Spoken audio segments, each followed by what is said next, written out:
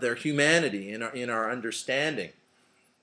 Of course, these issues of George Bush's culpability with respect to crimes against humanity, crimes against the peace, war crimes, we have a situation in Canada where these issues arose. Certainly, I say that Omar Kadar's name, and this evokes all kinds of principles, including that George Bush and Stephen Harper have a common point in ignoring the laws that have to do with child soldiers and the exploitation of child soldiers, because Omar Kadar was 15 years old at the time when he was apprehended.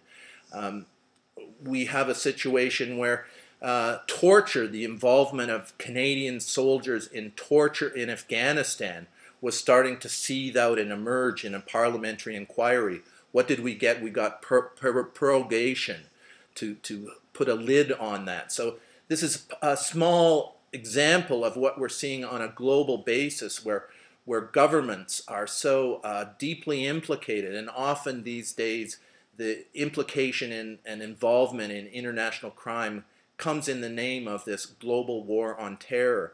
What are citizens to do? Where are citizens to take their concerns? How are citizens to join together to insist that there has to be some kind of rule of law and some kind of respect for uniformity in the way the rule of law is applied, even to the rich and powerful, even to the major agents and beneficiaries of the military-industrial complex these days? These are the issues that are finding a focus in the case that we're entitling Splitting the Sky versus George W. Bush. Oh, okay. The CBC and no other news outlet, my understanding is, covered the arrest of Splitting the Sky.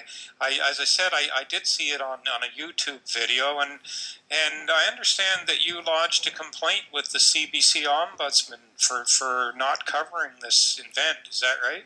That's correct. I lodged a complaint with the Ombudsman. His name is Vince Carlin. He's a former journalism professor at Ryerson, and formerly worked with Time Life and came to Canada in that capacity.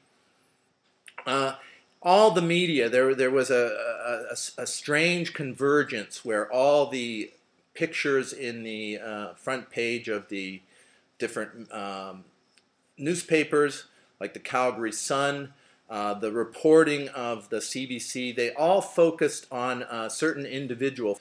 The one individual who all the media focused on, the protester community or demonstrator group, we didn't know him. One of the four people did not get charged with a criminal act.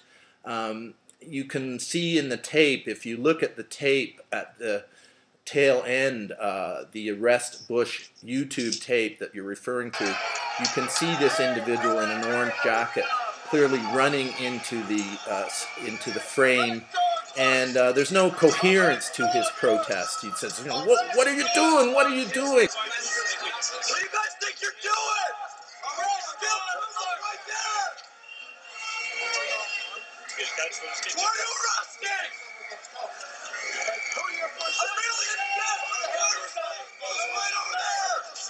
arresting? Somehow all the media focus on this one individual who has no particular message. What do you guys think you're doing?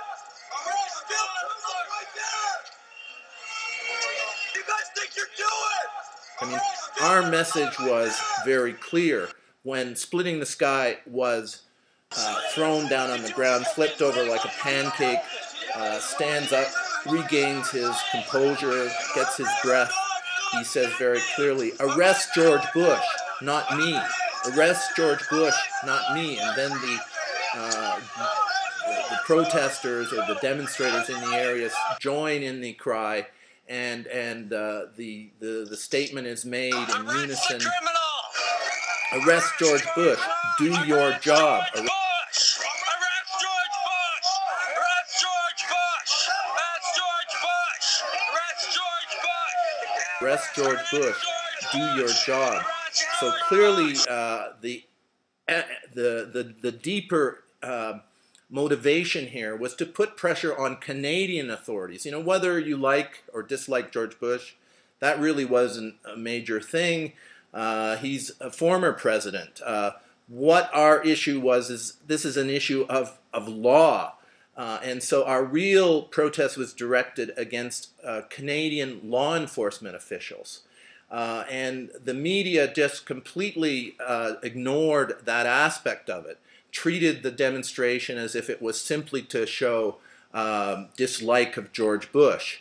No, it was to show and put pressure on and demonstrate and dramatize the need for Canadian officials, the imperative for Canadian officials, law enforcement officials, to enforce the Canadian Crimes Against Humanity and War Crimes Act, to respect our role in the International Criminal Court, to respect the fact that the Geneva Conventions on Torture have clearly been violated. So the media's failure to deal with the criticism and message being directed at Canadian officials, to treat the protest simply as a matter of disliking George Bush. The Canadian Broadcasting Corporation report done by Harry Forrestal in head office with Cameron McIntosh on the ground in Calgary. There was a couple of people with signs. They looked like they were made in Staples, printed signs, seemingly showing support for George Bush. I'd say there were 3 or 4 in the group of several hundred who had some display of support for George Bush. Were these hired people? I don't know, but the way the CBC did the report, saying, well, some were pro-Bush, some were anti-Bush. Then they focused on the man in the orange coat. If it happens that that individual in the orange coat is actually working with the police, was put there to divert attention away from the bigger issues. If the police and the media were collaborating, and we know at Montebello, for instance, the police do, and it's on record, they do plant individuals among protesters with their own scenarios, with their own public mind control, psychological warfare scenarios. So was this a variation of that? Once you have media and police seemingly working together, this is a very significant and common hallmark of a police state.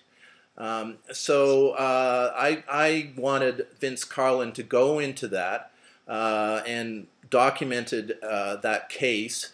Vince Carlin, after sitting on it for many months, came up with a report which I believe trivialized the matter. We felt so strongly about it that we founded our own website called our own CBC. We call it the Citizens Broadcasting Cooperative. It's just getting too intolerable, the kind of slant that the mainstream media give things, the kind of propaganda for aggressive war. And that's how it looks to me. We see that on the big media conglomerates in CanWest Global, CTV, Globe and Mail.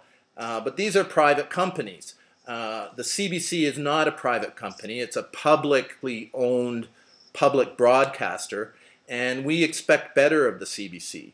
So this issue of the media and the media being so implicated in the promotion of aggressive warfare and crimes against humanity, in creating the psychological conditions which allow for this huge buildup of the military-industrial complex, this is one of the issues that we have to face. This is something that we have to deal with, and I think the Calgary principles, the citizens' process, the people's process, to come up with some articulation of principles, juridical principles.